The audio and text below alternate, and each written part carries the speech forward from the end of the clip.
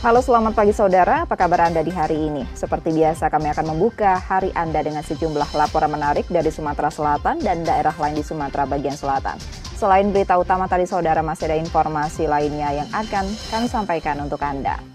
Bersama saya Reski Oktora, Anda menyaksikan Kompas Sumbaksel sepekan selengkapnya di Kompas TV, independen, terpercaya.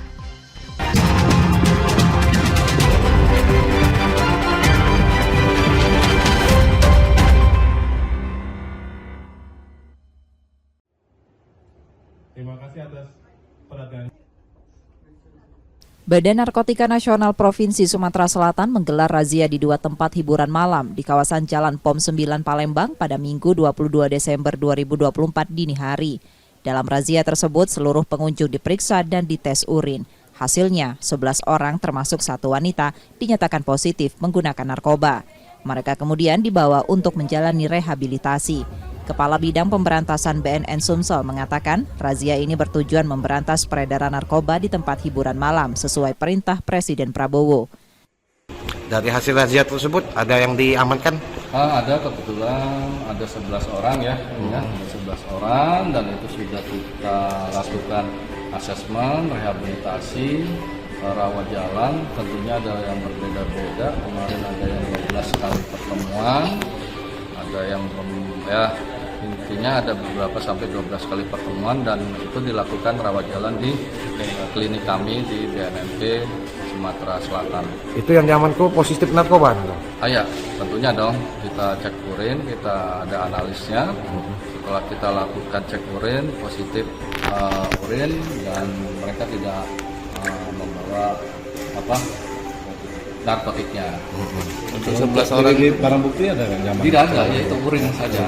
Jadi mereka adalah bukan suatu tersangka, tapi mereka adalah salah satu korban. Jadi kita lakukan seperti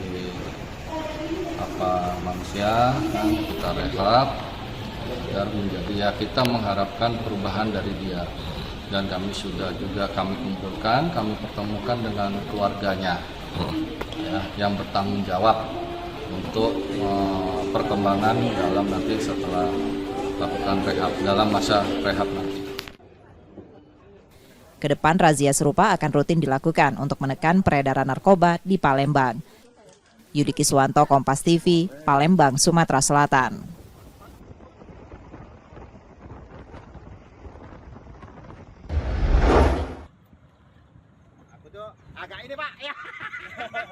Warga Dusun Sungai Waru, Desa Sungai 2, Kecamatan Rambutan, Kabupaten Banyuasin, Sumatera Selatan bersama BKSDA menangkap buaya muara sepanjang 2,75 meter dengan cara dijerat. Penangkapan ini merupakan yang ketiga kalinya karena buaya sering masuk ke permukiman saat air pasang dan memangsa ternak warga yang membuat warga resah. Ini sering ganggu dah Bang buaya ini? Ya ganggu bebek. Dimakan ya Bang? Iya, dimakannya bebek lah, banyak dia makan bebek. Kalau dia tidak ganggu basun tidak didikep, ada. Kiraan masih ada berapa ekor lagi lah Bang kalau sering terlihat? Tahu banyak pasang kalau dia masuk kan ya. Oh, banyak Bang ya. Iya. Kapan waktu-waktunya dia kadang masuk Bang? Malam, pasang malam. Kalau air tinggi ya? Iya. Di sini dari BKSDA sudah 3 kali ini kami mengucapkan terima kasih kepada masyarakat Desa Sungai 2 yang sudah berpartisipasi menyelamatkan satwa yang tersesat atau yang lagi imigrasi sehingga tidak mengakibatkan konflik atau korban jiwa di dalam Desa Sungai 2. Setelah ditangkap, buaya tersebut dikarantina di penangkaran BKSDA Sumsel Resort Kayu Agung. Yudi Kiswanto, Kompas TV, Banyuasin, Sumatera Selatan.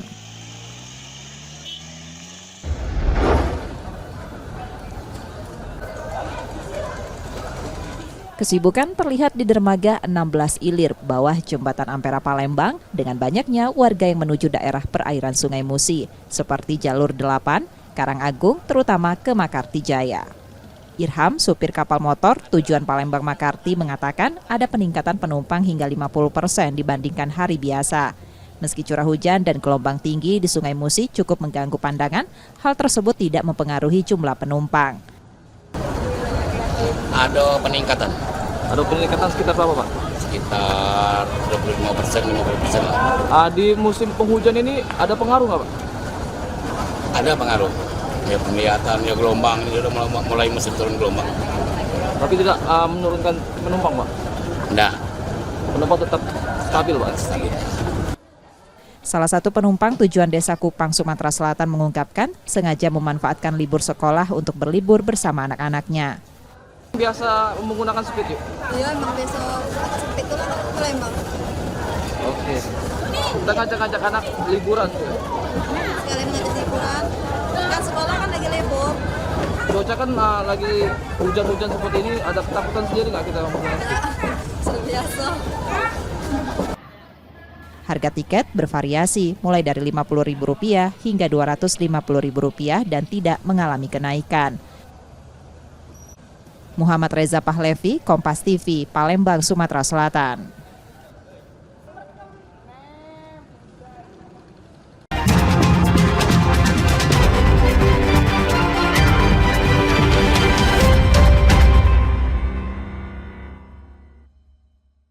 Semangat pagi. Perbarui informasi seputar peristiwa dari seluruh Indonesia dalam berita terkini. 2 kapal terbakar, 4 ABK berhasil selamat. Diduga sopir mengantuk sebuah truk kontainer jatuh ke lahan kosong. Jadikan pelengkap referensi untuk memulai hari. Sapa Indonesia Pagi, Senin sampai Jumat pukul 7 pagi. Live di Kompas TV.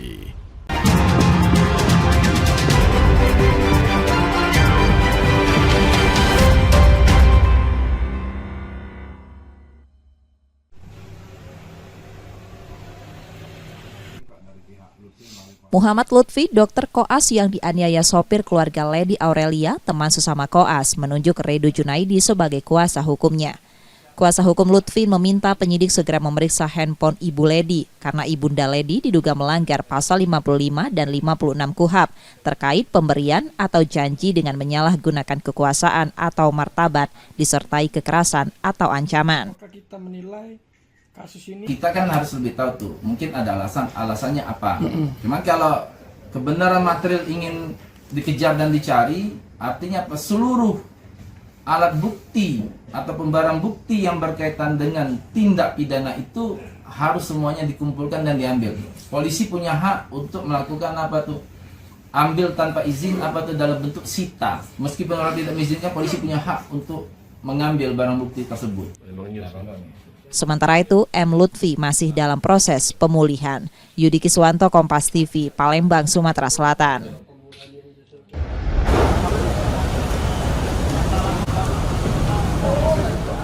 Memasuki libur Natal 2024 dan Tahun Baru 2025, jumlah penumpang kereta api di stasiun Kertapati Palembang mengalami lonjakan signifikan. Hingga awal pekan ini, tiket yang terjual mencapai 46.085 atau 99,32% dari kapasitas 46.440 tempat duduk. PT Kereta Api Divisi Regional 3 Palembang memprediksi penjualan tiket akan terus meningkat. Untuk meningkatkan pelayanan, PT KAI Divre 3 Palembang menambah 1 kereta eksekutif, kereta api Sindak Marga relasi Kertapati Lubuk Linggau, serta 1 kereta ekonomi kereta api Reja Basa relasi Kertapati Tanjung Karang. Untuk khusus dalam momen angkutan Natal ini, kita bisa mengoptimalkan nambah 1 kereta, ya, artinya diperpanjang dan itu bisa menambah kedua belah arah, ya, menambah 212 orang karena 1 kereta seatnya 106 tempat. Itu yang membedakan Nataru dan kondisi hari-hari biasa. Kereta api tetap menjadi pilihan utama masyarakat untuk berpergian karena mudah, aman, dan nyaman. Karena murah juga kan sekarang kereta apinya juga udah bersih, nggak ada pedang asongan, jadi sudah mudah aksesnya. Selain itu, PT Kereta Api Indonesia Divre 3 Palembang dan Direktur Jenderal Perkeretaapian Kementerian Perhubungan juga telah melakukan ramcek untuk memastikan kelayakan dan kesiapan operasional lokomotif serta gerbong. Nur Muhammad, Kompas TV, Palembang, Sumatera Selatan.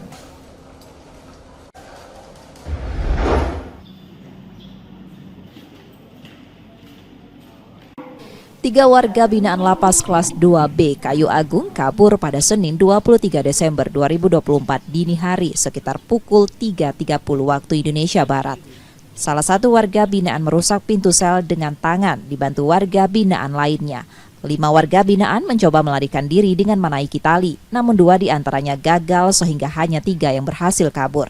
Beberapa jam kemudian salah satu warga binaan berteriak menarik perhatian petugas. Menanggapi kejadian ini, Kemenkumham Sumsel menyebut ada dugaan kelalaian dan indikasi petugas mengantuk. Mereka tengah memeriksa petugas yang sedang piket saat itu. Berlima ini melemparkan tali ke atas dinding tembok. Di atas tali. Setelah itu mereka naik. Ini pakai tali, memang sudah siapkan sepertinya itu. Nah, yang 2 ini tidak ikut. Si Joko ini karena sakit, habis jatuh, kemudian satunya lagi si Hengki takut ya, mau manjat itu takut jatuh karena kita udah melihat itu. Tapi yang 3-nya keluar karena ini malam, itu pasti ada kelalaian sekali karena mungkin karena ngantuk. Ini kita tidak juga berang karena itu kan jam-jam rawan itu, jam-jam itu. Ada petugas kita ini ada ngantuk, jadi itu tadi setelah mau subuh baru tahu ada orang itu keluar dari mau keluar mau manjat pagar itu. Sementara itu, 1 dari 3 warga binaan yang kabur telah berhasil ditangkap dan 2 lainnya masih dalam pengejaran tim khusus Lapas Kelas 2B Kayu Agung. Reski Oktora, Muklas Diferensial, Kompas TV, Palembang, Sumatera Selatan.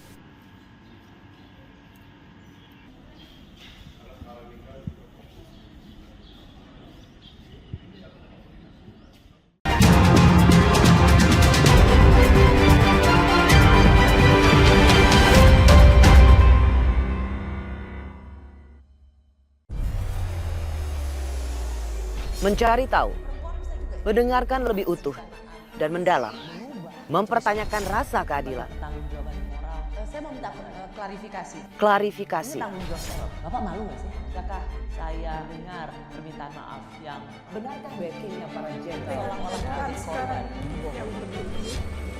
Kita mengingatkan penguasa, menghibur yang papa. Rosi.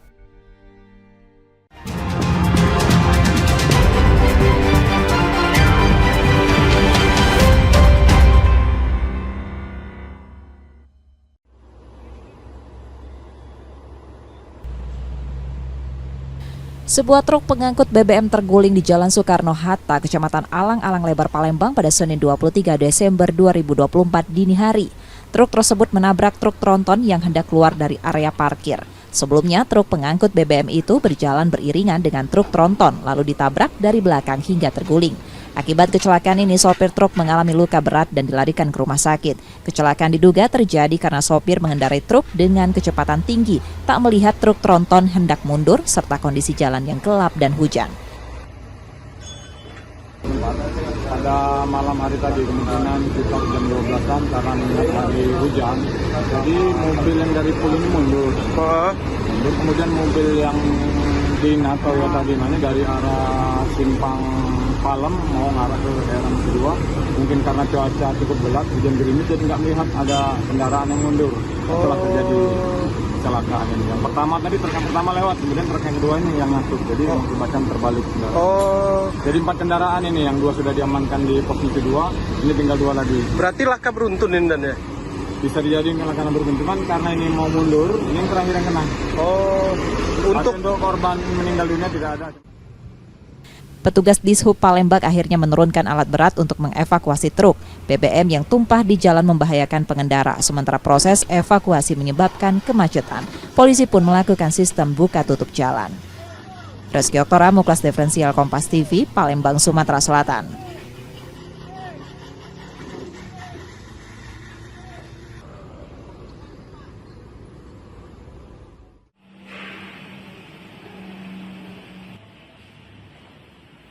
Satu hari menjelang Natal, sejumlah gereja Katolik di Palembang bersiap menyambut umat untuk misa bersama.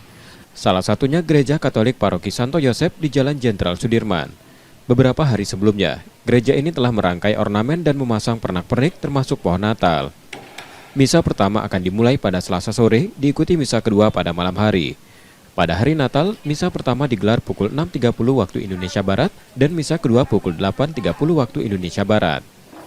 Diperkirakan sekitar 6.000 umat Katolik akan mengikuti misa di gereja ini. Natal tahun 2024 mengusung tema Sehati dan Sejiwa Pergi ke Bethlehem yang diambil dari penggalan ayat dalam Alkitab. Tema ini mengajak umat untuk merenungkan kehidupan dan bersyukur atas rahmat Tuhan.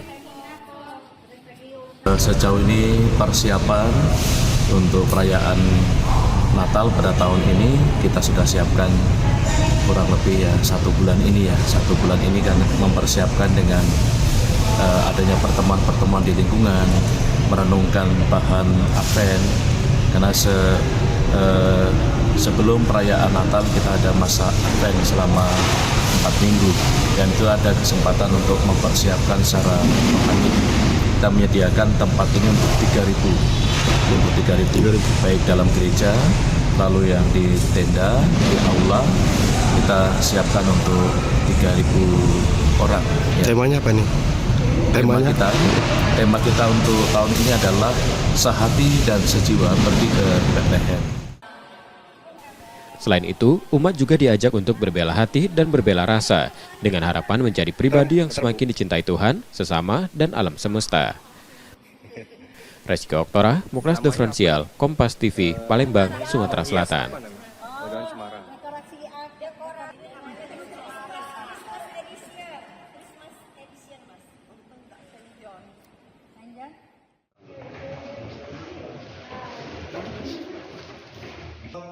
Satuan Reserse Kriminal Polrestabes Palembang menangkap J, 16 tahun, pelaku pemalakan disertai perusakan dan penganiayaan.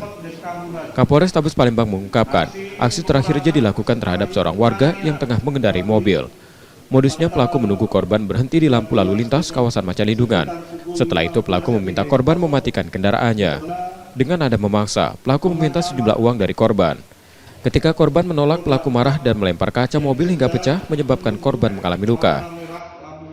Telah melakukan tindakan kekerasan dan penganiayaan di mana pada saat saudara Suryadi menunggu lampu merah di simpang 3 Macanlindungan karena kebetulan kendaraan yang ditumpanginya pada posisi berhenti dan kaca dalam posisi terbuka memaksa tersangka kepada Suryadi korban untuk mematikan, merampas kunci kendaraan, namun berhasil ditahan oleh korban.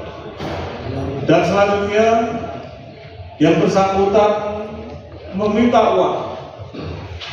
Karena korban tidak menuruti, tersangka kemudian mengambil sebuah batu dan melemparkan batu tersebut ke arah mobil dan batu mengenai korban Suryadi. Saat ini pelaku telah diamankan untuk proses hukum lebih lanjut. Polisi meminta masyarakat agar selalu waspada dan segera melapor jika menjadi korban kejahatan serupa. Yudi Kiswanto, Kompas TV, Palembang, Sumatera Selatan.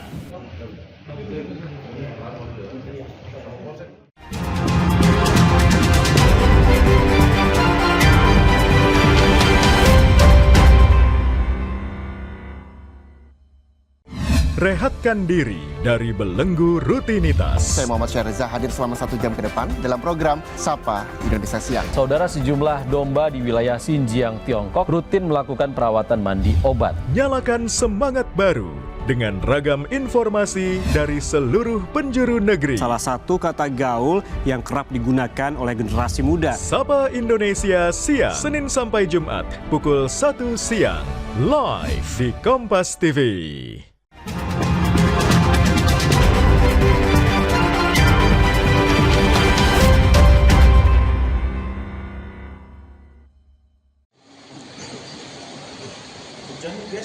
Hidayatullah, seorang instruktur fitness yang juga seorang mantan narapidana kasus begal ini hanya bisa menunduk usai dibekuk unit perlindungan perempuan dan anak Satreskrim Polresta Bandar Lampung.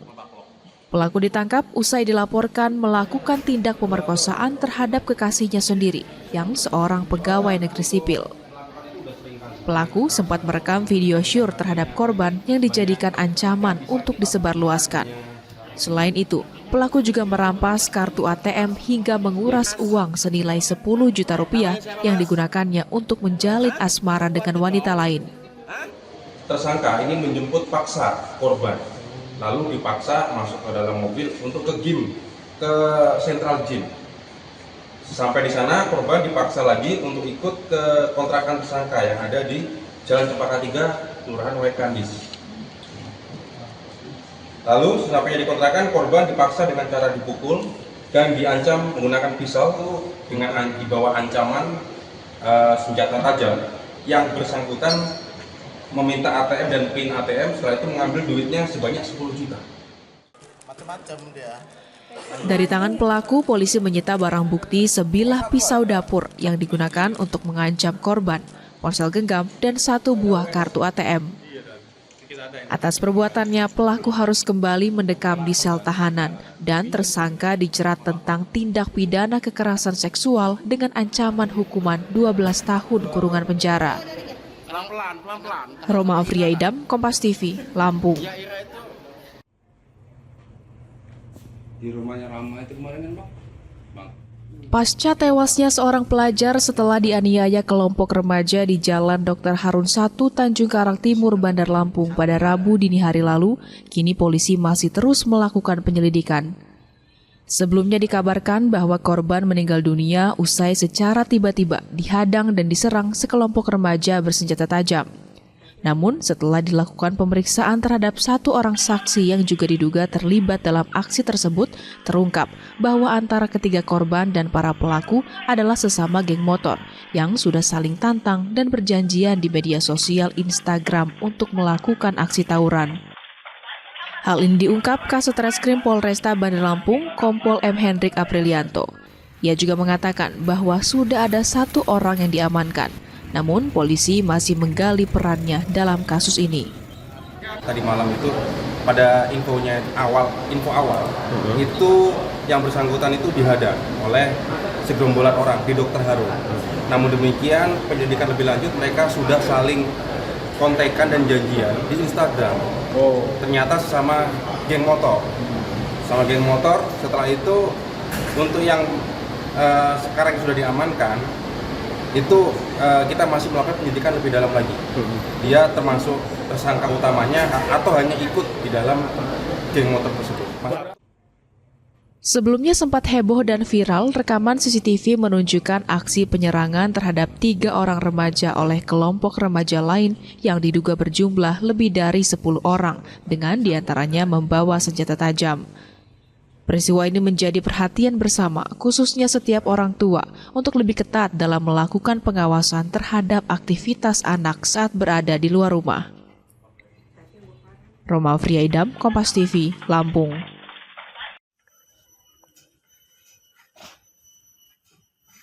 Satu truk berisi balok timah yang diduga akan diselundupkan ke luar Bangka melalui jalur laut diamankan oleh petugas di Pelabuhan Tanjung Kalian, Kabupaten Bangka Barat.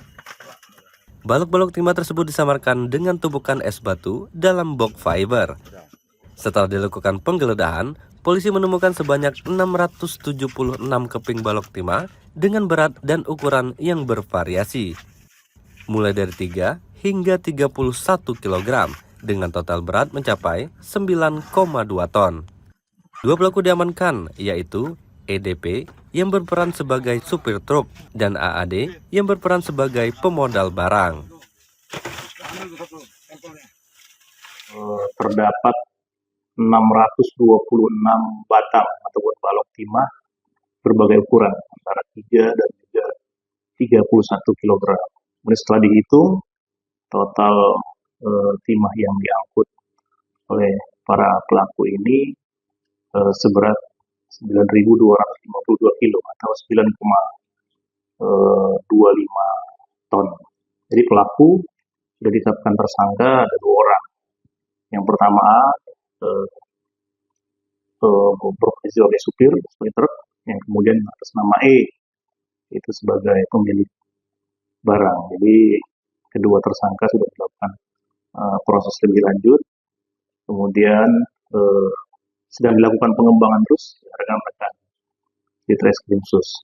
Untuk pasal diterapkan oleh penyidik pasal 161 Undang-Undang Minerba dengan ancaman hukuman 5 tahun. Apa itu sama? Lempeng. Kedua tersangka diamankan di Mapolda Kepulauan Bangka Belitung guna menjalani pemeriksaan dan penyidikan lebih lanjut. Keduanya dikenakan Undang-Undang Minerba pasal 161 dengan ancaman 5 tahun penjara. Nanda Ardiansah, Kompas TV, Pangkal Pinang, Kepulauan Bangka Belitung.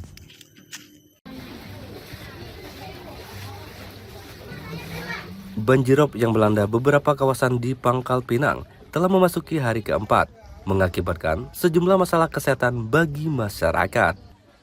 Genangan air yang terus berlangsung mengalami berbagai keluhan kesehatan, terutama gatal-gatal pada kulit akibat kontak dengan air yang tercemar.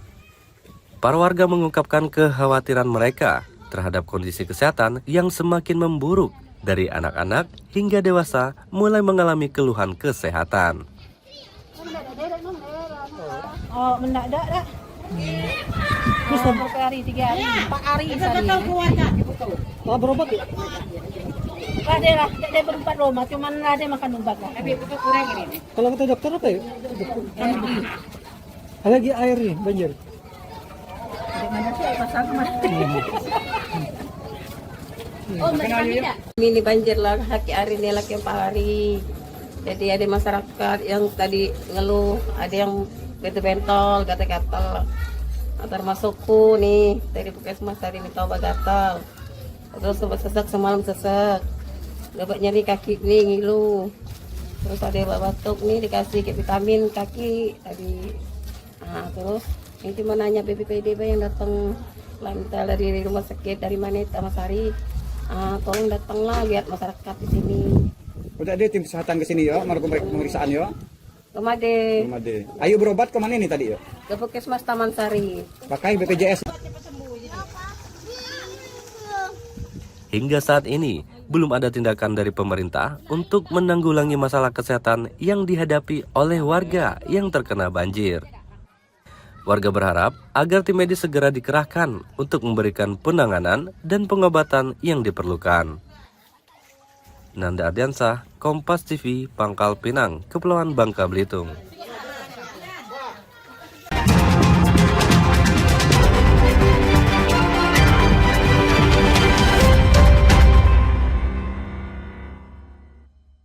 Saya sebagai relawan tidak boleh mengeluh capek. Saya ambil berhanya aja. Masih saya dikasih umur panjang, saya masih tetap jadi tagana.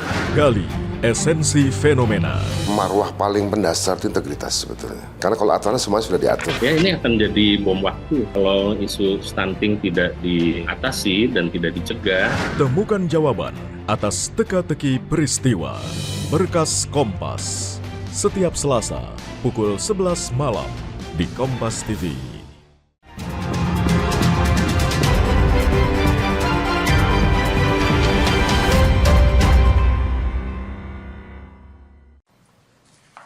DH dan AH, 2 orang mahasiswa di Kota Bengkulu, tak berkutik saat diamankan polisi di Jalan Flamboyan, Kota Bengkulu.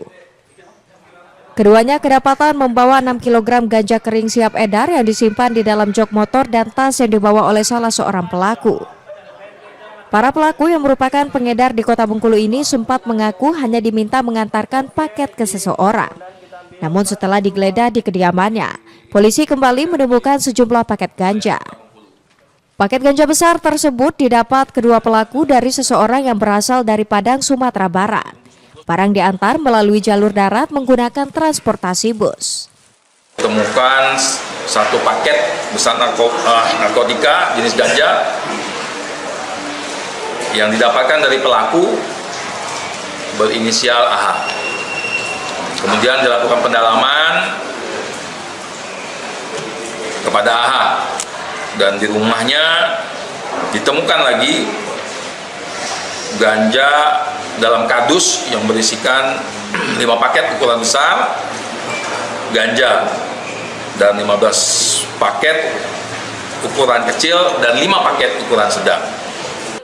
Akibat perbuatannya, pelaku terancam kurungan hingga 20 tahun penjara. Bayazir Al-Rehan, Kompas TV Bengkulu. Rekaman CCTV ini memperlihatkan detik-detik kawanan gangster menghentikan kendaraan roda 2 hingga pengendara dan penumpang terjatuh. Usai terjatuh, 2 orang korban langsung kabur berlari dari lokasi kejadian dengan meninggalkan motornya. Di saat bersamaan, 6 orang pelaku membagi tugas mengejar dan merusak motor korban yang saat itu sudah terjatuh di tengah jalan yang sepi.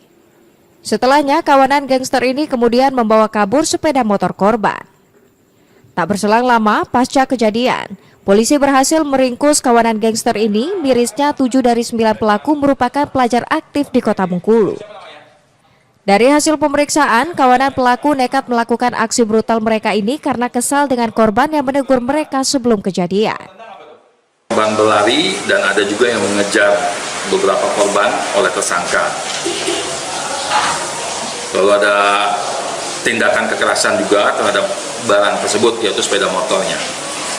Selang beberapa menit kemudian, ada 3 tersangka baru yang melakukan pencurian. Jadi motor itu ditinggalkan oleh pelaku-pelaku pada perkara pertama atau kejadian pertama, lalu 3 orang ini datang untuk mengambil sepeda motornya. Atas kejadian tersebut, para pelaku terancam dikenakan pasal 170 KUHP tentang penganiayaan dan 363 KUHP tentang pencurian dengan ancaman hingga 5 tahun penjara. Bayazir Al-Raihan, Kompas TV Bengkulu. Bribka Yuyun Sanjaya dan Brigadir Paskah Wildanu, 2 orang anggota Polsek Kumpe Ilir, Kabupaten Muaro Jambi, mengajukan banding atas putusan sidang etik yang dilakukan Propam Polda Jambi.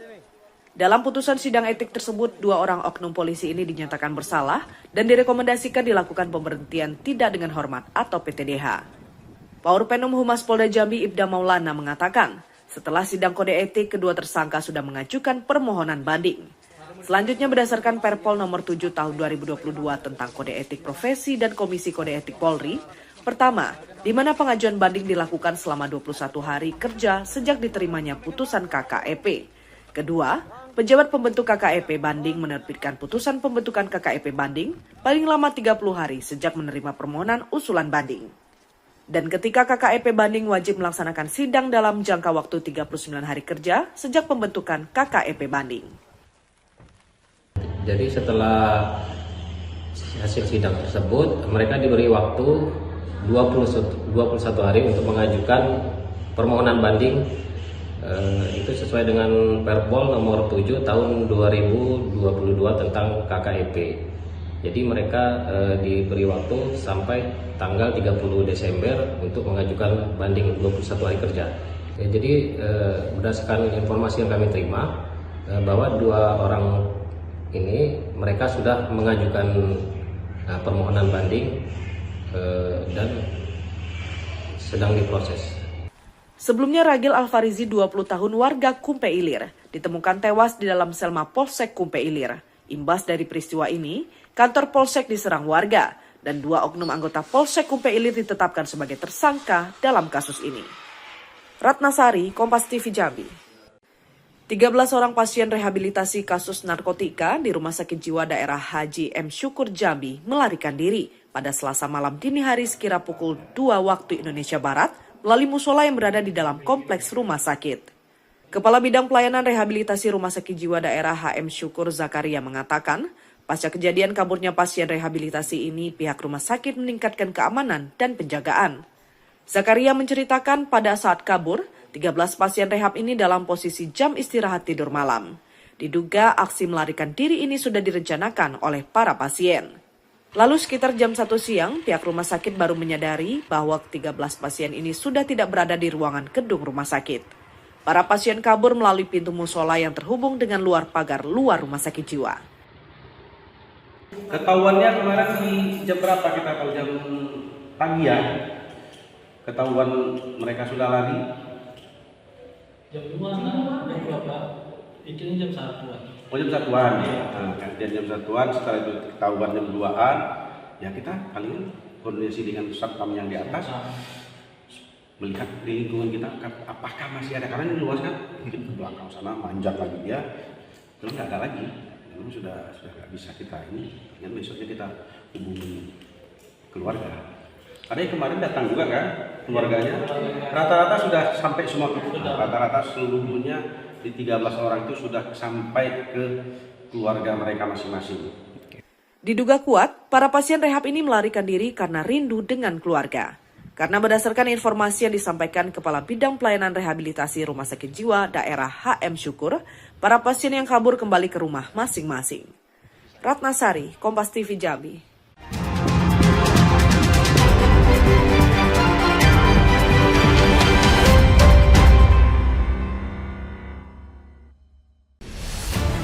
Saya, Budiman Tanurjo, menyambut Anda dalam sebuah forum berkualitas, mencermati Indonesia dengan bijak dari kacamata kebangsaan. Kita dapat menemukan banyak pemikiran konstruktif, kritis, dan taktis yang mampu menyelesaikan problem negeri ini. Satu meja The Forum live di Kompas TV.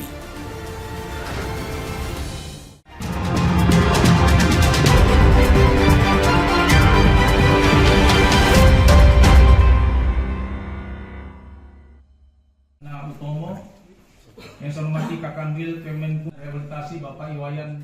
Badan Narkotika Nasional Provinsi Sumatera Selatan mengungkap 17 kasus penyalahgunaan narkotika sepanjang 2024.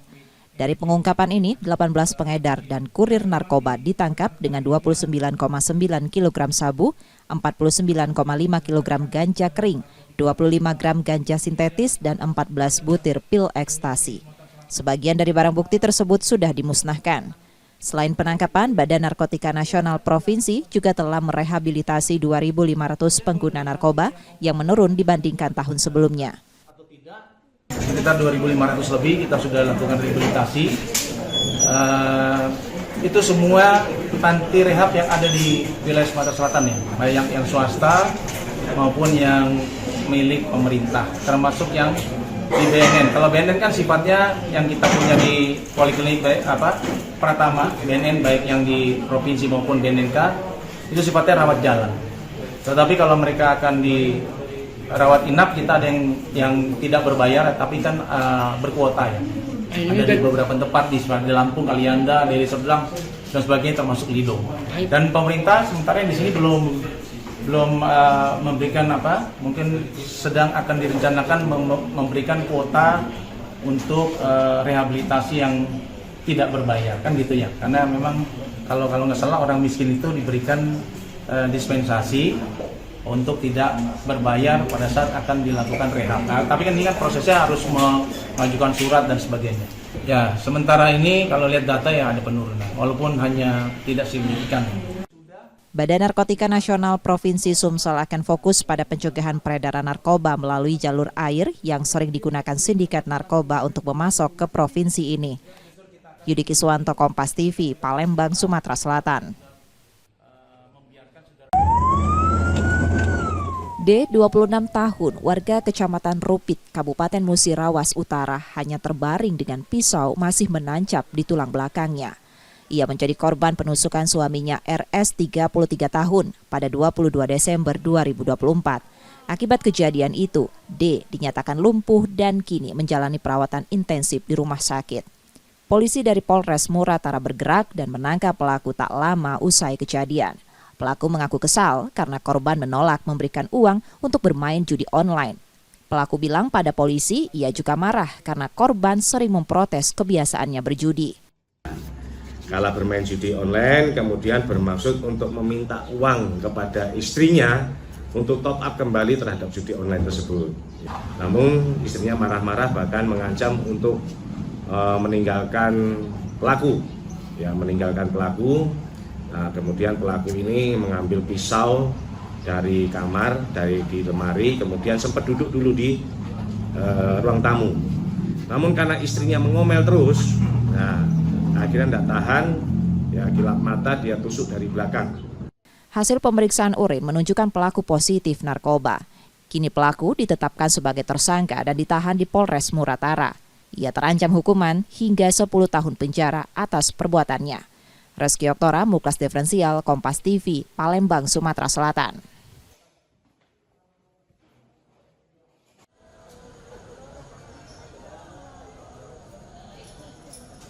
Sejak Selasa 24 Desember 2024 sore, umat Katolik mulai berdatangan ke Gereja Katedral Santa Maria di Jalan Sutomo, Talang Semut, Palembang.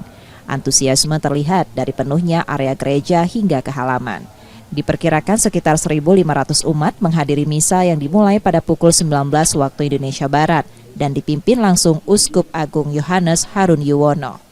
Ibadah berlangsung aman, lancar, dan hikmat. Pastor Petrus Sukino, Pastor Paroki Katedral Santa Maria Palembang bilang, Natal tahun ini menjadi momen untuk mempererat persatuan, sehati sejiwa, baik dengan sesama maupun antar umat beragama. Karena cuaca juga cukup bagus, maka umat sangat antusias dan tempat-tempat yang kita siapkan memang terpakai semua, bahkan di teras. Dan saya lihat tadi rangkaian peribadatan juga bisa berjalan dengan lancar. Sebenarnya dari soundnya, para petugas itu semua bisa berjalan dengan baik. Dan itu saya menggembirakan bagi kami yang hadir di ya. Natal tahun ini harapannya seperti yang tadi disampaikan oleh Bapak Uskup tadi, bahwa kami harus semakin bersatu, sehati sejiwa, kami semakin bersaudara dengan siapapun. Jadi kami diajak bersaudara dengan semua orang, supaya damai Natal ini bukan hanya sekedar kata-kata, tapi kami hidupi dalam perjumpaan dengan semua orang. Itu yang jadi harapan kami, perjuangan kami untuk hidup berdamai dengan siapapun, sehati jiwa untuk membangun kebersamaan dalam kebinekaan. Kedamaian, kebahagiaan, dan keberkahan menjadi harapan umat yang hadir. Semoga Natal tahun ini penuh sukacita, dilimpahkan kasih sama Tuhan, dan menjadi berkah untuk semuanya, menjadi berkah untuk semua. Saya sama istri saya dan anak saya, kita bertiga hari ini. Mungkin harapannya Pak di Natal tahun ini Pak? Harapannya aku sih damai-damai aja ya dengan teman-teman saudara-saudara yang lainnya gitu. Keluarga kita bisa bahagia, diberkahi Tuhan terus, dan teman-teman lain juga ikut bahagia aja. Gitu aja. Hingga selesai, perayaan Misa Malam Natal 2024 di Katedral Santa Maria meninggalkan kesan damai dan kekeluargaan. Semangat ini diharapkan tercermin dalam kehidupan sehari-hari, membawa kedamaian bagi semua. Muhammad Reza Pahlevi, Kompas TV, Palembang, Sumatera Selatan.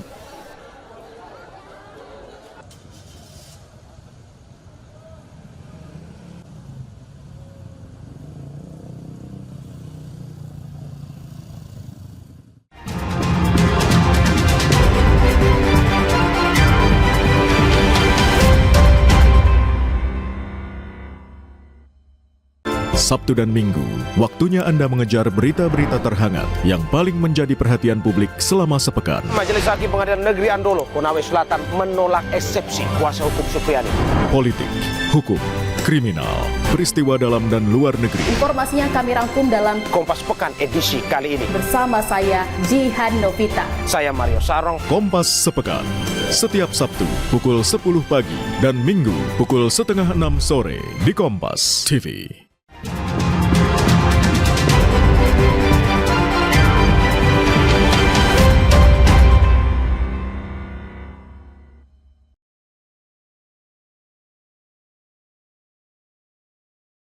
Seorang pria di Jalan Swakarsa, Kecamatan Kertapati, Palembang, terekam kamera pengawas saat mencuri kelinci milik warga. Sebelum mengambil hewan peliharaan, pelaku terlebih dahulu mencuri jilbab yang tergantung di jemuran rumah korban. Dalam rekaman CCTV, pelaku kembali beberapa menit kemudian dengan mengenakan jilbab hasil curian untuk menyamarkan identitasnya. Ia lalu mencuri kelinci yang berada di teras rumah sebelum melarikan diri. Korban baru menyadari pencurian itu paginya saat akan memberi makan kelinci. Jam 10 malam. Hujan ini. Hujan, kalau udah hujan mungkin tidak juga. Posisi hujan, Pak. Ya, posisi hujan. Nah, kita kondisi kita, itu posisi kita lagi tidur, gimana, Pak? Sebelah sini lah kita tidur. Sebelah sini lah tidur. Terus? Mungkin ya kita berdawi tadi, dia saya capek tadi kan. Pak, dari CCTV sendiri berapa orang Pak pelaku, Pak? Kalau dari CCTV cuma mungkin satu orang. Itu Pak. Memang dia sempat mondar-mandir apa gimana? Sempat mondar-mandir, mungkin kurang lebih 5 kali. Nah, itulah. Terus? Pakai senjata nggak, Pak? Kayaknya nggak pakai senjata. Memang maling murni. Ya, mungkin maling murnian. Pak, dari CCTV sendiri kenal lah kita Pak pelaku? Iya. Kemungkinan di daerah-daerah sini lah dia nih. Itu Pak ya? Masalahnya sudah banyak jalur lorong-lorong yang terbuka ini kan. Pak apa Pak yang diambil Pak? Kelinci Pak sama kerudung. Jilbab ya? Jilbab. Pak, kita sudah buat laporan polisi Pak? Sudah laporan. Kasus ini telah dilaporkan ke polisi dan petugas tengah melakukan penyelidikan. Yudi Kiswanto, Kompas TV, Palembang, Sumatera Selatan.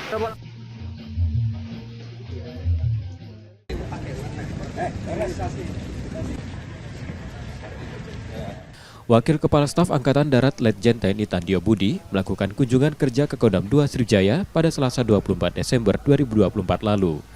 Salah satu fokus kunjungan Wakasat adalah dapur sehat yang berada di lokasi urban farming Taman Aspirasi Kodam 2 Sriwijaya di Skojo. Wakasat melihat kesiapan Sarjana Penggerak Pembangunan Indonesia yang mengelola Satuan Pelayanan Pembangunan Gizi Kalidoni Skojo. Ia juga menekankan pentingnya pengelolaan dapur sehat untuk memastikan menu yang disajikan memenuhi standar gizi dalam mendukung program pemerintah. Apresiasi pada Kodam 2 Sriwijaya yang memulai percontohan urban farming, karena program ini menjadi langkah nyata dalam mendukung penyediaan bahan pangan untuk dapur sehat. Saya kira pemerintah sudah menyiapkan ya BGN dalam hal ini merekrut sarjana-sarjana yang benar-benar terpilih gitu ya, ada S2, ada S1 dari berbagai macam disiplin ilmu untuk bisa mengelola itu semuanya. Saat ini kan anggaran pemerintah baru kurang lebih 71 triliun ya. Jadi kemampuan negara seperti itu ya mungkin hanya 100 dapur di seluruh Indonesia. Sementara yang ada di Kodam 2 ini di Sumatera Selatan ini contohnya untuk ini di Palembang. Ya. Wakasat mengingatkan implementasi program baru tidak lepas dari tantangan. Tim Liputan Kompas TV, Palembang, Sumatera Selatan.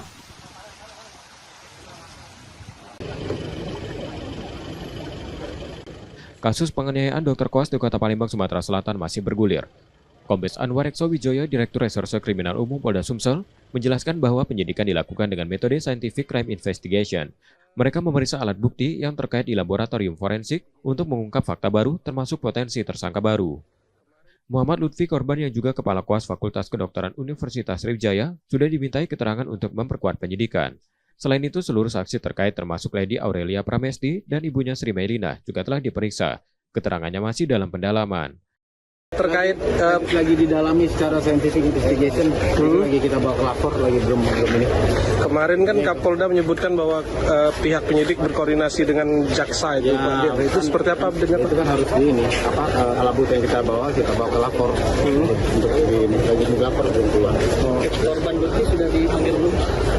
Sudah kita periksa. Ya, kita datang ke sana. Semua saksi juga sudah. Ya, saksi juga. Kasus ini mendapat perhatian dari Kompolnas yang turut mengawal jalannya proses hukum.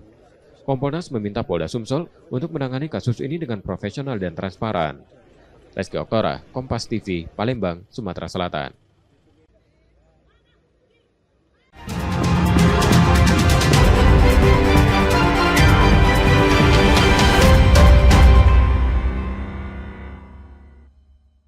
Nikmati berita dan informasi baru dengan cara seru. Tiba-tiba mengadang bus Transjakarta dengan membawa senjata tajam. Mulai dari yang trending di media online dan viral di media sosial, pelaku yang tak lain merupakan bawahan Agus ditangkap. Hingga yang unik dan menjadi perhatian publik. Semuanya terangkum dalam Pop News. Setiap Sabtu dan Minggu pukul 9:30 pagi di Kompas TV.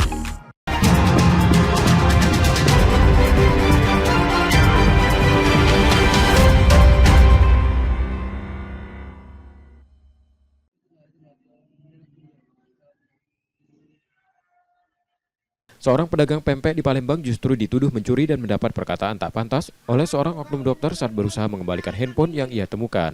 Peristiwa ini terjadi di Jalan Datu M. Akib, Kecamatan Ilir, Bar 1, Palembang, saat pedagang tersebut menemukan handphone yang tergeletak di jalan. Menurut keterangan, pedagang pempek tersebut awalnya melintas di lokasi kejadian dan menemukan handphone yang terjatuh. Ia kemudian berniat mengembalikannya ke pemiliknya. Namun sebelum sempat menyerahkan, oknum dokter yang merupakan pemilik handphone melacak perangkatnya dan menemukan pedagang pempek. Kejadian ini berujung pada pertengkaran mulut setelah pedagang pempek merasa tidak terima dituduh mencuri. Keributan baru reda setelah warga turun tangan menenangkan situasi. Nemu HP, posisi HP terletak di jalan umum, jalan raya, jalan besar, di jalan. Kutegaskan lagi, di jalan, bukan di ruangan, bukan di jalan. Langsung HP itu, aku berhenti sambil nengok kanan kiri depan belakang kalau ada uang. Maksud aku nak serah ke HP itu, paling enggak nak teriak bahwa ada HP siapa nyampak itu. Berhubung dak kate, umbe HP itu. Ku bawalah sampai ke Pindang Musirawas. Ya aku juga tak tahu HP itu HP mahal murah second baru kan tak tahunya sama sekali. Ku bawalah sampai di sana. Nah setelah sampai di sana, aku memohon sama budak-budak karyawan Pindang Musirawas, tolonglah angkat ke telepon di HP ini, karena HP ini aku nemunya di jalan. Kalau memang yang punya nyan suruh mbek ke sini. Tapi belum selesai aku bicara cak itu, ngomong cak itu, uangnya sudah datang yang pemilik handphone. Nah, yang pemilik handphone datang dengan cara dia mencaci maki, menghina, menuduh aku maling. Disitulah yang aku tak galak tuh. Tak terima sampai saat ini dengan tuduhan maling. Calon melapor atau kalau pihak dari keluarga, ya sementara ini jangan dulu. Tapi kalau memang sudah memungkinkan aku harus melapor, ya melapor. Saya itu. Mang, untuk profesi yang nuduh kita mencuri handphone itu apa, Mang? Kita tahu enggak? Kalau dari keterangan dari info-info dia salah satu pegawai instansi, ya. Bukan dokter. Instansi kesehatan, Puskesmas, ya. Profesinya ya, dokter. Profesinya katanya dokter gigi. Peristiwa ini pun ramai setelah diunggah di media sosial dan bahkan menjadi sorotan hingga sampai ke DPRD Palembang. Yudi Kiswanto, Kompas TV, Palembang, Sumatera Selatan.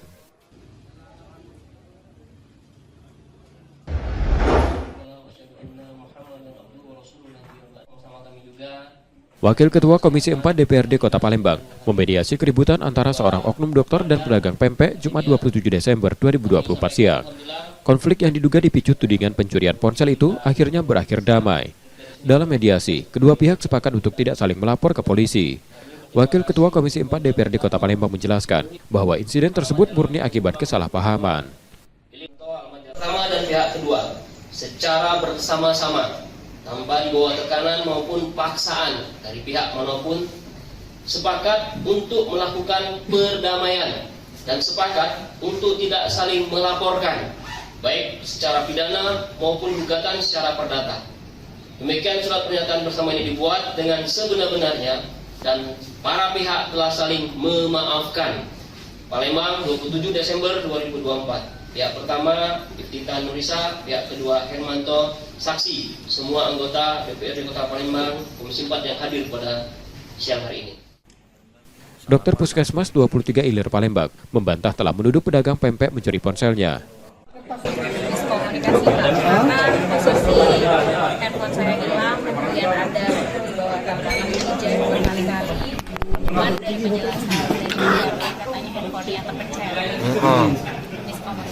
Jadi sepakat tidak saling lapor gitu. Ya, betul. Pak, kenapa kita awalnya nuduh Bapak itu yang mencuri itu apa alasannya? Waktu pertama? Oh, enggak nuduh ya. Sementara itu pedagang pempek mengaku lega setelah berdamai, terutama karena ia memang berniat mengembalikan ponsel tersebut. Saya bersyukur, alhamdulillah karena sudah titik terangnya sudah ketemu, itu dengan kita damai secara kekeluargaan. Memang dari awal saya seperti itu maunya. Berarti Pak memang awal itu niatnya memang mau mengembalikan. Betul sekali. Keributan ini sebelumnya ramai di media sosial Palembang saat seorang pedagang pempek yang menemukan handphone terjatuh di jalan dan bermaksud mengembalikan ke pemiliknya. Saat bertemu pemilik yang belakangan diketahui seorang dokter bertugas di Puskesmas 23 Ilir, terjadi silang pendapat yang berujung pada keributan menyusul dugaan tuduhan mencuri. Yudi Kiswanto, Kompas TV, Palembang, Sumatera Selatan.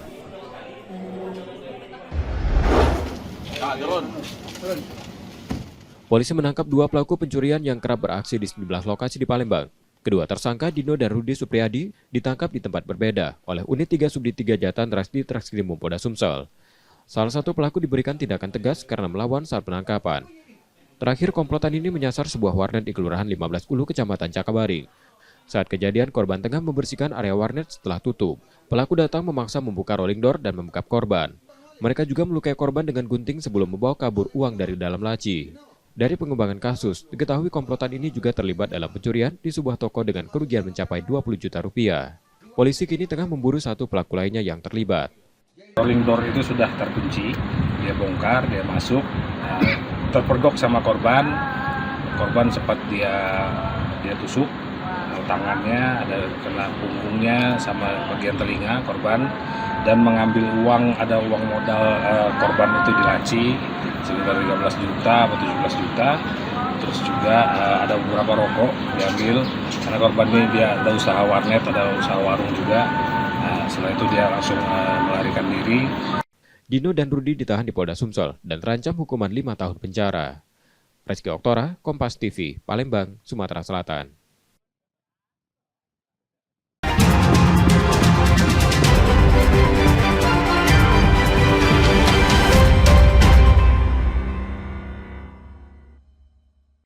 Rehatkan diri dari belenggu rutinitas. Saya Muhammad Syahriza hadir selama 1 jam ke depan dalam program Sapa Indonesia Siang. Saudara, sejumlah domba di wilayah Xinjiang, Tiongkok rutin melakukan perawatan mandi obat. Nyalakan semangat baru dengan ragam informasi dari seluruh penjuru negeri. Salah satu kata gaul yang kerap digunakan oleh generasi muda. Sapa Indonesia Siang, Senin sampai Jumat pukul 1 siang.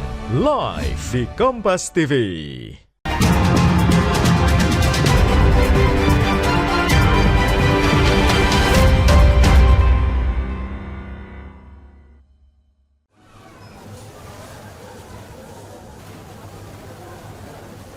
Data Badan Pusat Statistik Sumsel sepanjang tahun 2023 hingga triwulan 2 2024, pertumbuhan ekonomi Sumsel berada di urutan kedua se-Sumatera dengan tren positif. Namun dengan rencana kenaikan PPN 12%, tren tersebut akan melandai. Dari sisi inflasi, jika kenaikan terjadi akan mempengaruhi kenaikan harga, karena sektor premium akan tergerus di masyarakat. Akibatnya daya beli menurun dari kalangan menengah ke bawah dan berakibat pada kondisi ekonomi wilayah menjadi negatif.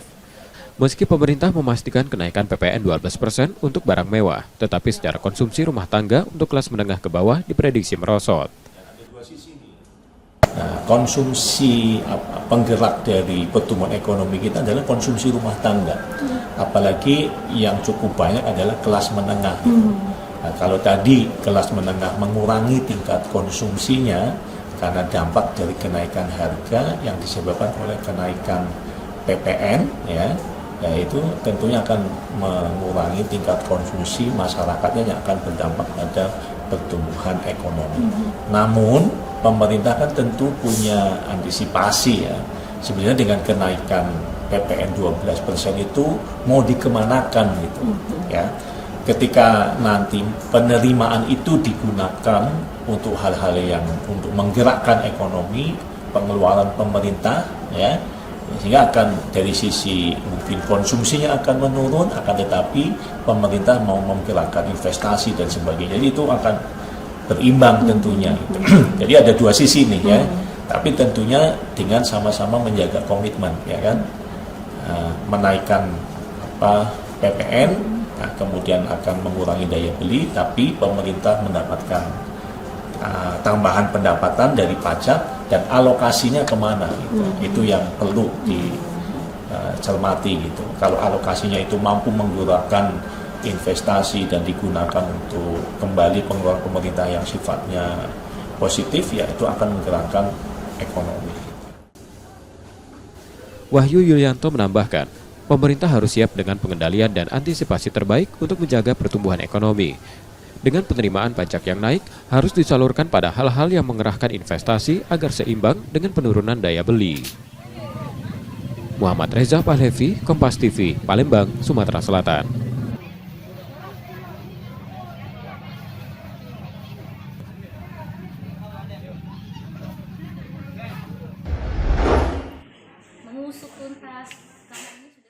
YTR sedih dan kecewa setelah mengetahui laporan kasus dugaan perzinahan yang dilakukan suaminya dihentikan polisi atau SP3. Informasi tersebut baru diterimanya setelah 1 bulan membuat laporan ke Polrestabes Palembang. Terlapor suaminya ZA yang merupakan salah satu pejabat di Kabupaten Oku Selatan dilaporkan setelah berulang kali selingkuh membuat pelapor sakit hati. Pelapor pun kemudian membuat laporan kasus serupa ke Polda Metro Jaya serta ke Inspektorat Kemendagri. Saya kecewa ada statement dari langsung ke Polrestabes Palembang yang menyatakan bahwa kasus ini dihentikan SP3. Alasan? Tidak ada alasan. Tanpa alasan. Tidak ada bukti. Tidak mendukung. Apakah kita tidak mendukung? Harapan saya, karena ini kan beban moral ya, yang seperti kita ketahui ASN kan mempunyai attitude dan etika dalam pergaulan maupun dalam bermasyarakat. ASN sendiri apalagi pejabat wajib menjaga moralitas terutama ya, agar pemerintah segera menindaklanjuti, mengusut tuntas, karena ini sudah saya laporkan ke Kementerian Dalam Negeri. Kapolrestabes Palembang Kombes Haryo Sugihartono bilang kasus dugaan perzinahan yang dilaporkan pelapor dihentikan karena belum cukup bukti dan tidak ditemukan unsur tindak pidana. Sudah kami konfirmasi dengan pihak penyidik, kebetulan di Kanit PPA yang menerima laporan polisi yang ada. Hasil kajian laporan polisi beserta barang bukti yang diberikan dan hasil penyelidikan kita belum dijumpainya adanya peristiwa pidana. Jadi masih sifatnya sepihak dan belum bisa memberikan gambaran adanya sebuah peristiwa pidana, yaitu perselingkuhan antara terlapor atau orang yang dilapor yaitu suaminya, yaitu yang status sebagai PNS di Sekwan Oku Selatan dengan rekan-rekannya. Kasus dugaan perzinahan oknum pejabat Oku Selatan ini menjadi ramai usai perempuan yang menjadi selingkuhannya mengunggahnya ke media sosial. Reski Oktora, Kompas TV, Palembang, Sumatera Selatan.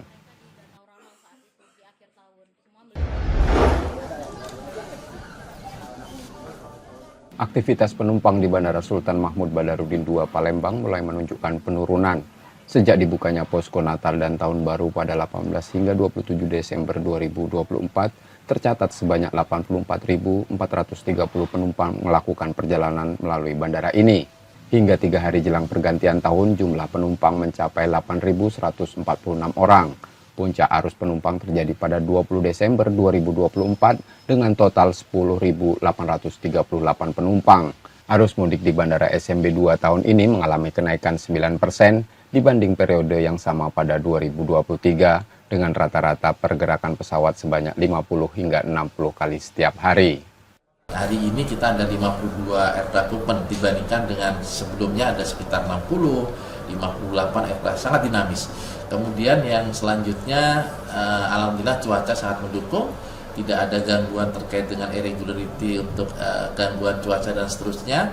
Memang beberapa hari yang lalu sempat terjadi irregularity YIK Pekanbaru, yaitu adanya bad weather sehingga harus divert terbang ke SMB 2 Palembang. Puncak arus penumpang kembali diprediksi terjadi pada 4 dan 5 Januari 2025 dengan perkiraan jumlah penumpang mencapai 11.000 orang. Muhammad Reza Falepi, Kompas TV, Palembang, Sumatera Selatan.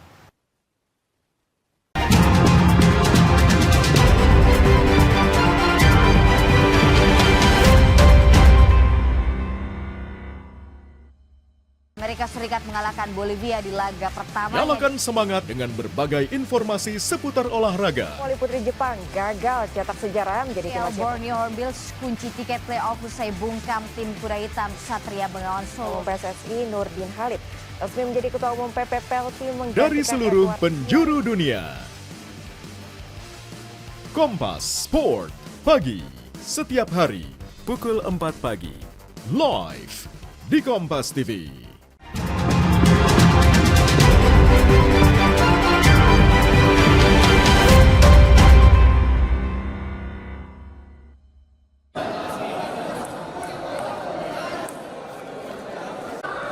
Pengurus Provinsi Persatuan Tenis Meja Seluruh Indonesia Sumatera Selatan menggelar pelatihan pelatih untuk meningkatkan kualitas agar mampu membentuk klub dan mencetak atlet-atlet berbakat.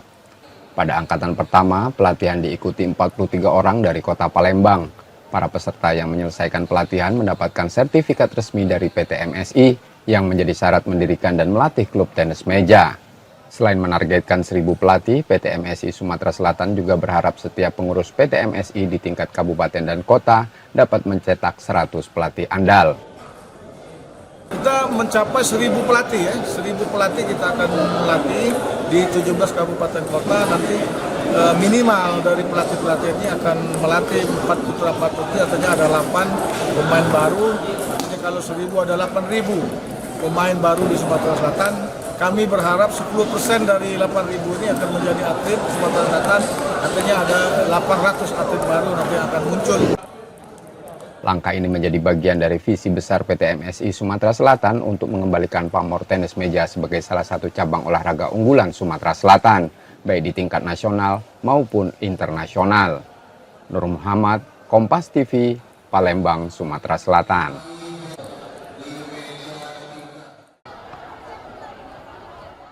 Di penghujung tahun 2024 ini, Asosiasi Kota PSSI Palembang menggelar turnamen sepak bola khusus kelompok umur di bawah 12 tahun. Ajang turnamen U12 ini sendiri diikuti oleh sebanyak 20 tim sekolah sepak bola yang ada di bawah naungan Askot PSSI Palembang. Askot PSSI Palembang menilai Kota Palembang memiliki banyak pesepak bola muda potensial. Oleh sebab itu, turnamen ini menjadi wadah untuk mengembangkan potensi pesepak bola muda yang ada di Kota Palembang. Perhatikan, karena kita memiliki bibit-bibit yang unggul, bibit-bibit pemain yang baik, yang harus diorbitkan ke tingkat nasional dari usia dini harus. Maka dari usia dini lah, dari usia 10 hingga dewasa. Rencananya Askot PSSI Kota Palembang tidak hanya menggelar turnamen untuk kelompok umur di bawah 12 tahun saja, namun juga untuk kelompok umur di bawah 10 tahun, 17 tahun, dan 12 tahun. Nur Muhammad, Kompas TV, Palembang, Sumatera Selatan.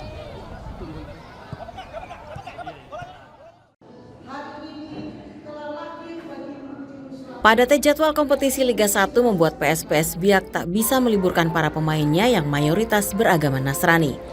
Natal pun harus mereka rayakan jauh dari keluarga. Para pemain tetap tinggal di Bali yang menjadi markas mereka di putaran pertama. Beberapa pemain Febrianto Uop Mobin, Armando Oropa, dan Marco Merauje terlihat mengikuti ibadah Natal di GPIB Eklesia di Kuta Bali. Uop Mobin mengaku mau tak mau menerima kondisi ini karena tim memang masih harus menjalani sisa laga putaran pertama. Perasaan saya mungkin kami terpaksa ikut Natal di Bali karena jadwal kompetisi sangat padat, dan mungkin kami dari PSPS cuma bisa mengucapkan selamat Natal buat keluarga dan masyarakat Papua. Mungkin seperti itu. Terima kasih. Risiko sebagai pemain profesional memang harus dijalani para pemain di saat libur hari besar. Pada 28 Desember, PSBS akan menjalani laga terakhir putaran pertama melawan Dewa United sebelum jeda untuk bersiap menghadapi putaran kedua Januari 2025.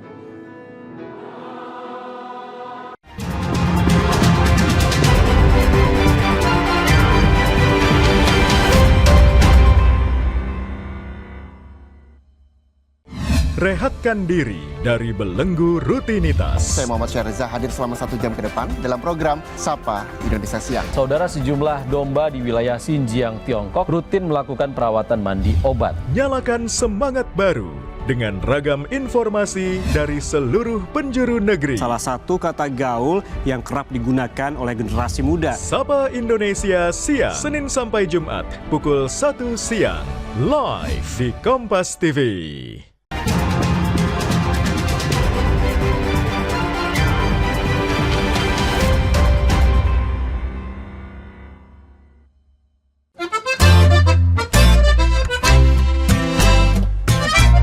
Fasilitas getek wisata atau perahu motor tradisional di dermaga bawah Jembatan Ampera 16 Ilir Palembang kini menjadi tujuan favorit wisatawan yang berkunjung ke Kota Palembang. Baik bersama keluarga, pasangan maupun teman, para pengunjung tak ingin melewatkan kesempatan menikmati pemandangan Sungai Musi sambil mengabadikan momen berlatar Jembatan Ampera atau pesona lainnya di sepanjang pesisir sungai. Meski minat wisatawan tinggi, pengelola tetap mengutamakan kenyamanan dan keselamatan penumpang.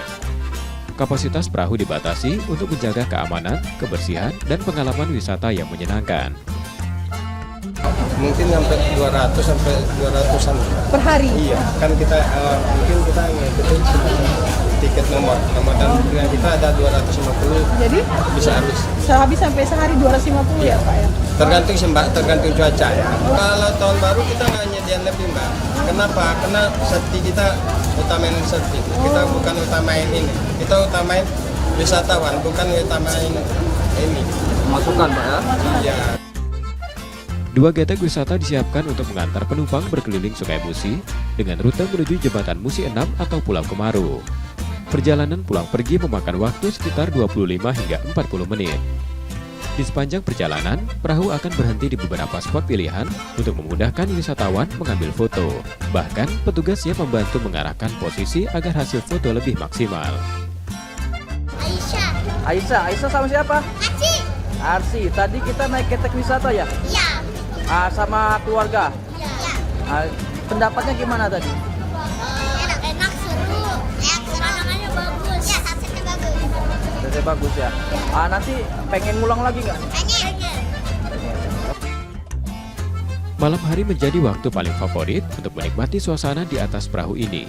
Meskipun siang dan sore tetap menawarkan keseruan tersendiri, terutama bagi keluarga. Getek wisata beroperasi mulai pukul 7.00 hingga 23.00 waktu Indonesia Barat, dengan rute ke Pulau Kemaru hanya tersedia hingga pukul 17.00 waktu Indonesia Barat. Tarif tiket pun cukup terjangkau, hanya Rp25.000 per orang untuk perjalanan ke Jembatan Musi 6. Muhammad Reza Palevi, Kompas TV, Palembang, Sumatera Selatan.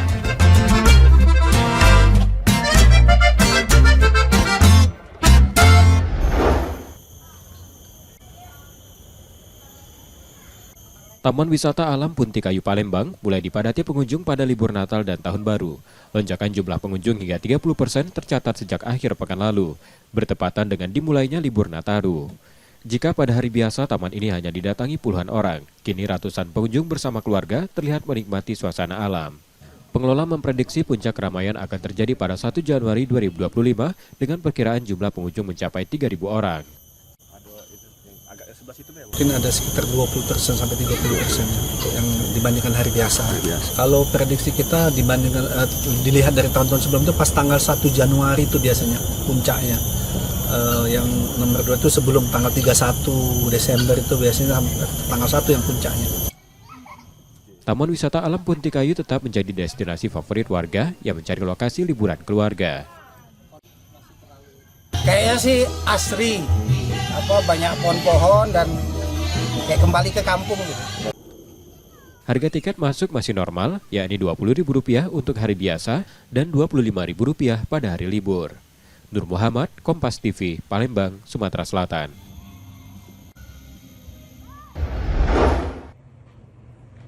Di rumahnya ramai itu kemarin kan Bang?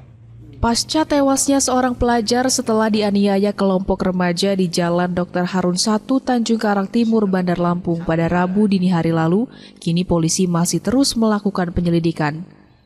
Sebelumnya dikabarkan bahwa korban meninggal dunia usai secara tiba-tiba dihadang dan diserang sekelompok remaja bersenjata tajam.